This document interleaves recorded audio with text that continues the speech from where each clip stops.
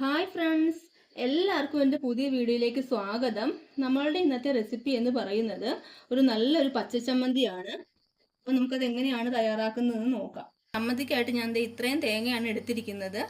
അതുപോലെ തന്നെ കുറച്ച് മല്ലിയിലയും കറിവേപ്പിലയും, ഉള്ളി ചെറുതായിട്ട് അരിഞ്ഞത്, അതുപോലെ ഇഞ്ചി ചെറിയ കഷ്ണങ്ങളായിട്ട് അരിഞ്ഞത്, പിന്നെ കുറച്ച് കാന്താരിയും കൂടിയാണ് നമ്മൾ എടുത്തേക്കണത്. ഇനി നമുക്ക് ഈ ജാറിലേക്ക് ആദ്യം തേങ്ങയാണ് ഞാൻ ഇട്ട് കൊടുക്കാൻ പോകുന്നത്. അപ്പം നമുക്ക് ഇട്ട് കൊടുക്കാം.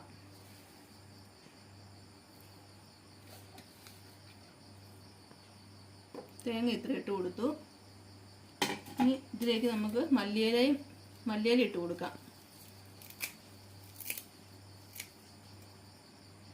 മല്ലിയില ഇട്ട് കൊടുത്തു. അതുപോലെ തന്നെ കറിവേപ്പിലയും കൂടി നമ്മൾ ഇതുപോലെ തന്നെ ഇതിലേക്ക് ഇട്ട് കൊടുക്കുവാണ്.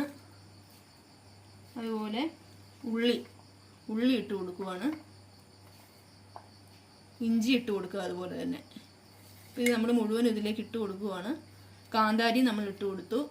ഇനി നമുക്ക് ആവശ്യത്തിനുള്ള ഉപ്പും കൂടി ഇതിലേക്ക് ഇട്ട് കൊടുക്കാം. ഒരു നുള്ളു ഉപ്പും കൂടി നമ്മൾ ഇട്ട് കൊടുക്കാം. നമുക്ക് നന്നായി ശകലം വെള്ളം ഒഴിക്കാം. ഒരു ലേശേ വെള്ളം ഒഴിക്കാവുള്ളൂ. ശകലം വെള്ളം ഒഴിച്ചിട്ട് നമുക്കൊന്ന് അരച്ചെടുക്കാം. നമ്മൾ ചമ്മന്തിക്കുള്ളത് നന്നായിട്ട് അരച്ചെടുത്തിട്ടുണ്ട്. ഇപ്പം നമ്മുടെ ചമ്മന്തിക്ക് താളിക്കാനായിട്ട് ഞാൻ ഇവിടെ പാത്രം വെച്ചിട്ടുണ്ട്. നമുക്കിതിലേക്ക് എണ്ണ ഒഴിച്ച് കൊടുക്കാം. ഇനി നമുക്ക് ഇതിലേക്ക് കടുക് ഇട്ട് കൊടുക്കാം.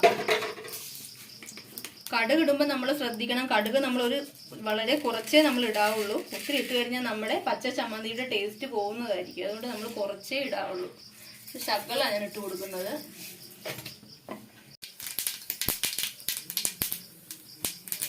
ഞാൻ കുറച്ച് ഉള്ളി ഞാൻ അരിഞ്ഞ് വെച്ചിട്ടുണ്ട്. അതുപോലെ തന്നെ ഒരു വറ്റൽമുളകും കറിവേപ്പിലയും നമുക്ക് ഇതും കൂടി ഇതിലേക്ക് ഇട്ട് കൊടുക്കാം.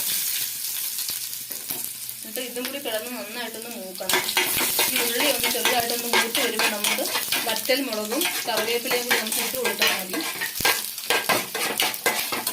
മൂത്ത് വന്നിട്ടുണ്ട്. അപ്പം നമുക്ക് വറ്റൽമുളക് ഇട്ട് കൊടുക്കാം. അതുപോലെ തന്നെ കറിവേപ്പില ഇട്ട് കൊടുക്കാം. എന്നിട്ട് തീ ഓഫ് ചെയ്യായിരുന്നു.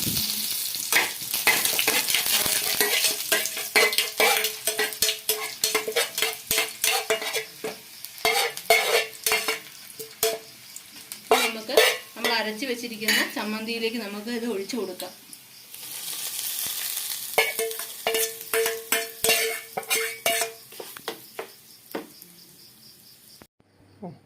അപ്പം നമ്മുടെ പച്ച ചമ്മന്തി റെഡി ആയിട്ടുണ്ട്. ഇത് നമുക്ക് നമ്മുടെ വീട്ടിൽ ഇഡലി, ദോശ അതിൻ്റെ കൂടെ കഴിക്കാൻ പറ്റുന്ന നല്ലൊരു ചമ്മന്തിയാണ്. ഇത് വളരെ ടേസ്റ്റിയാണ്. നിങ്ങളെല്ലാവരും ട്രൈ ചെയ്ത് നോക്കണം. എൻ്റെ വീഡിയോ ഇഷ്ടമായെങ്കിൽ നിങ്ങൾ സബ്സ്ക്രൈബ് ചെയ്യാനും ലൈക്ക് ചെയ്യാനും ഷെയർ ചെയ്യാനും മറക്കരുത്. ഇനിയും എൻ്റെ ഇതേപോലെയുള്ള വീഡിയോസിനായിട്ട് നിങ്ങൾ എൻ്റെ ചാനൽ സബ്സ്ക്രൈബ് ചെയ്യുക. അതുപോലെ തന്നെ തൊട്ടടുത്തുള്ള ആ ബെല്ലൈക്കൺ കൂടി ഒന്ന് ക്ലിക്ക് ചെയ്യുക. Thank you.